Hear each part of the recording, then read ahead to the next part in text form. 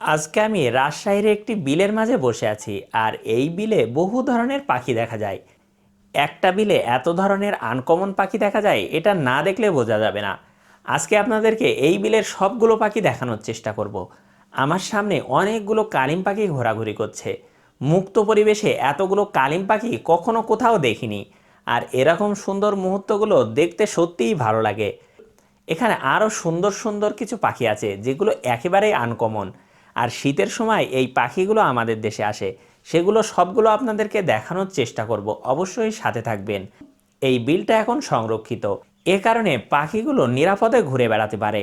কালিম পাখি দেখার পরে আমি একটু এগিয়ে যাচ্ছি। এই বিলে না নামলে পাখিগুলোর ভিডিও করা যায় না। এই বিলটা অনেকটা বড় আর পাখিগুলো অনেক দূরে, এ কারণে আমি একটু কাছে যাওয়ার চেষ্টা করছি। আমি ধার দিয়ে ঘুরে ঘুরে সেই পাখির কাছে যাওয়ার চেষ্টা করছি। এখানে আরও একটা পাখির দেখা পেয়েছি। আর এটা কি পাখি বলুন তো? এটা হচ্ছে সেই জলময়ূর। জলময়ূর কিন্তু আপনাদেরকে আগেও দেখিয়েছি, কিন্তু এখনকার রংটা দেখছেন একেবারে অন্যরকম। কারণ ওদের ব্রিডিংয়ের সময় কালারটা একেবারে অন্যরকম হয়, আর তখন একটা লম্বা লেজ হয়। এখন কিন্তু ওইগুলা নাই, এখন কালারটা একেবারেই পরিবর্তন হয়ে গেছে।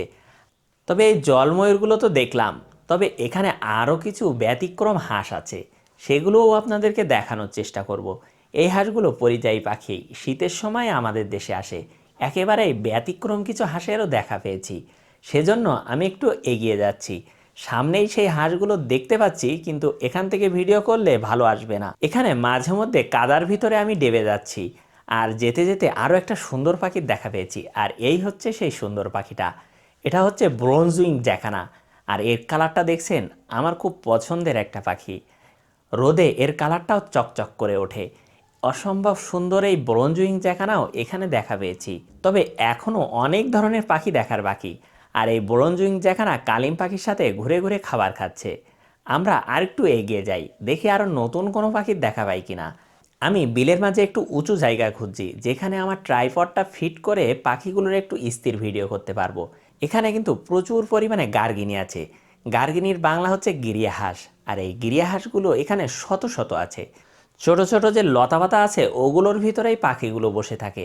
এ কারণে দূর থেকে বোঝা যায় না যে এখানে এতগুলো পাখি আছে।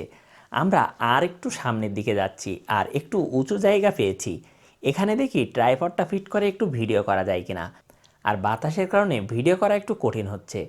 আমি একটু উঁচু জায়গা পেয়েছি, আর এখানে ট্রাইপড ফিট করে একটু ভিডিও করার চেষ্টা করব। দেখি এখান থেকে ভিডিওটা করা যায় কিনা। আমি যে পাখিটার খোঁজ করছি সেই পাখিটা কিন্তু পেয়ে গেছি। চলুন তাহলে আপনাদেরকে একটু দেখাই। এই হাঁসটা কিন্তু গতবার আমি দেখা পাইনি, এবারই এই হাঁসটার দেখা পেয়েছি। আর এটা হচ্ছে নর্দার্ন পিনটেইল। এটার নাম হচ্ছে নর্দার্ন পিনটেইল, যাকে বাংলায় বলা হয় উত্তরের ল্যাঞ্জা হাঁস। আর এই হাঁসটা দেখলেই বোঝা যাচ্ছে অন্যদের থেকে একেবারে আলাদা। এই হাঁসগুলো পানিতে মাথা ডুবিয়ে খাবার খুঁজে খুঁজে খায়। অনেকগুলো হাঁসের মধ্যে নর্দার্ন পিনটেইলগুলো কিন্তু আলাদা করা যাচ্ছে। মাথাটা একটু গেরে কালারের হলেও গলার কাছটা দেখছেন সাদা, এ কারণে একেবারে অন্যরকম লাগছে। আর আমি এই বিলের মাঝে যখন হাঁটছি মনে হচ্ছে এখানে একটুও পানি নেই, কিন্তু কোনো এক জায়গায় পা ফেলার পরে বুঝতে পারছি কতটুকু পানিতে আমি ডেবে যাচ্ছি। আর এখানে প্রায় হাঁটু সমান পানি। আমি এখানে দাঁড়িয়ে একটু স্থিরভাবে ভিডিও করার চেষ্টা করছি, চারিদিকটা দেখছেন। আর আমার থেকে পাখিগুলো বেশ দূরে আছে, আমি এখান থেকে জুম করার চেষ্টা করব, কারণ কাছে গেলে পাখিগুলো উড়ে যেতে পারে। আর আরও একটা নতুন হাঁসের